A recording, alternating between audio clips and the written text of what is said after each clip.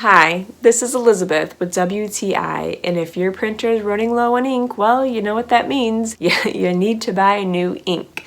Now, if you have a Canon printer, this is going to be the best thing that you're going to get. This is only black ink, and it's going to be for your Canon, so make sure that you have the right make and model.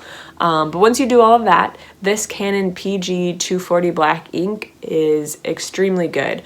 Sometimes you don't want all the colors, and if you're like me, I only have a black printer so I only want the black, and so I want to make sure that it does a good job.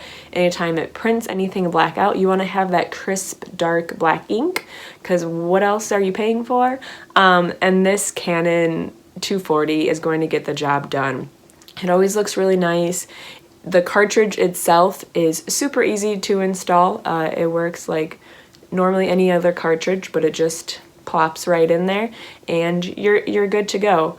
If you have a Canon printer and you need new black ink, this one is going to keep it dark and crisp, and your prints and your documents are always going to be looking really awesome. And that's my point of view.